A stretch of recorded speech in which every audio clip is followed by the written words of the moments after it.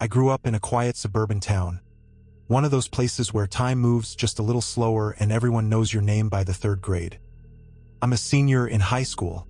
My school sat right on the edge of this town, tucked into the farthest corner like it was purposely trying to stay out of sight. Every year, our school hosts an annual day celebration with music, skits, awards, the usual stuff. The event runs from evening until around 9:30 p.m., and that year, it was no different. While most students and teachers were focused on the stage performances and speeches in the open-air auditorium, me and a few of my friends had other plans. There were 6 of us, and we weren't interested in clapping for dance routines. Instead, we wanted to do something thrilling, something dumb. The idea was simple: sneak into the school building, which was closed off for the event, and play a spirit board game we had hidden in our classroom locker just the day before. We had everything planned. I had stolen the key from my dad, the principal. I still remember how I felt that evening, standing in my dad's study, and his keys were right there on the usual hook, the ones with the faded red tag that said, "School." I didn't think twice. I grabbed them and walked out quietly without anyone noticing, and we waited until around 9:20 p.m., just before the event ended, to slip away from the auditorium unnoticed. Once we got inside the building, it felt eerily quiet. The halls were dark, still, almost like the place was holding its breath. We made our way up to the classroom, locked the door behind us, and took out the board. It wasn't anything fancy, just a basic spirit board made of printed paper with yes, no, letters and numbers. We placed a candle in the center and used coins as indicators. As we started the session, one of the guys suddenly said he had to pee. Another went with him to the restroom down the hall. The rest of us laughed, joking about summoning some ancient ghost or spirit. We began the game without them, asking basic questions. First, nothing happened, but then, the coin started to move, slightly like a twitch. We looked around, each one of us swearing we didn't push it.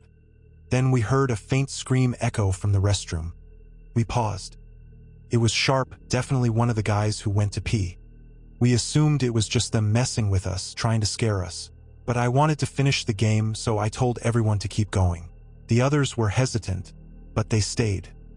Moments later, the 2 guys came running back into the classroom, panting and wide-eyed. "Something's in the restroom," one of them said. "It was in the shadows, making sounds. It chased us. I swear, it sounded like a demon cat or something." I still wasn't convinced. I thought they were just trying to mess with our heads. But then, before any of us could speak, we heard a low sound, an echo from the far end of the hallway. Something was there, standing still. We peered outside the classroom. In the dim light of the moon filtering through the corridor windows, we saw it. A faint shape, a white, shadowy form, hunched and unmoving. We all froze. No one said a word. Our breath caught in our throats. Slowly, we backed toward the stairs, afraid to take our eyes off the thing. And then, right as we stepped into the hallway, the candle inside the classroom blew out.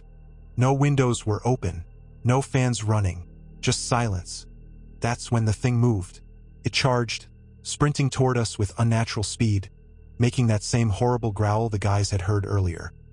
We screamed, shoved open the door and bolted down the stairs, crashing into each other in sheer panic. When we burst out of the building screaming, stumbling over each other, the chaos caught everyone's attention. A few students and staff near the auditorium ran toward us, shocked to see us coming out of a locked school building that no one had entered for hours. "What happened?" someone shouted. One of my friends, still panting, replied, "There's something inside. We were being followed by a spirit. It sounded like some demonic cat." All eyes turned toward the main door, now wide open, and that's when it stepped out.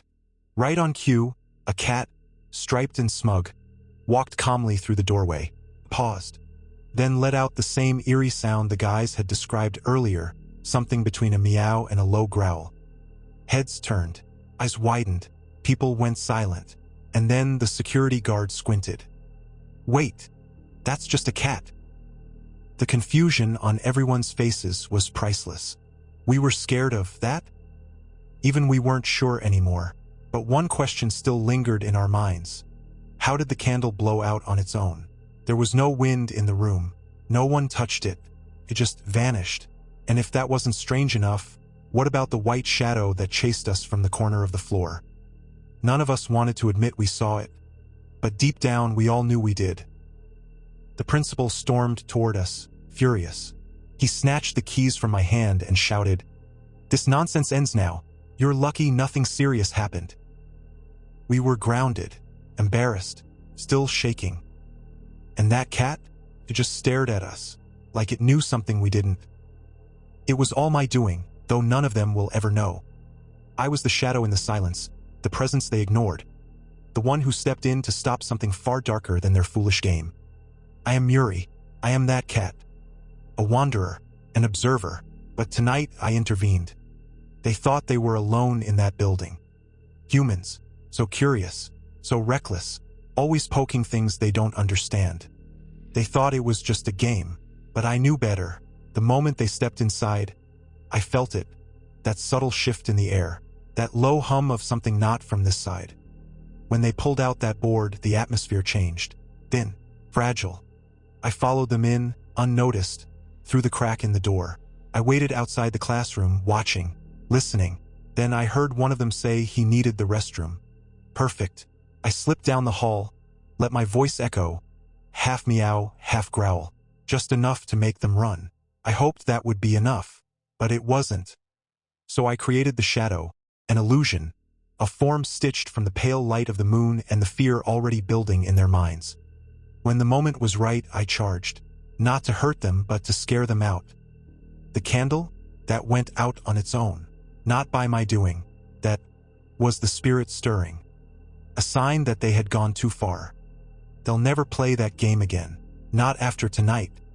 And as they walked away, still whispering and doubting everything they saw, I stayed near the gate, quiet, watching. My eyes drifted back up to the second-floor window. A breeze passed, ruffling my fur. The glass reflected the moonlight, and I smirked. They don't know it yet, but something almost came through that night. Almost.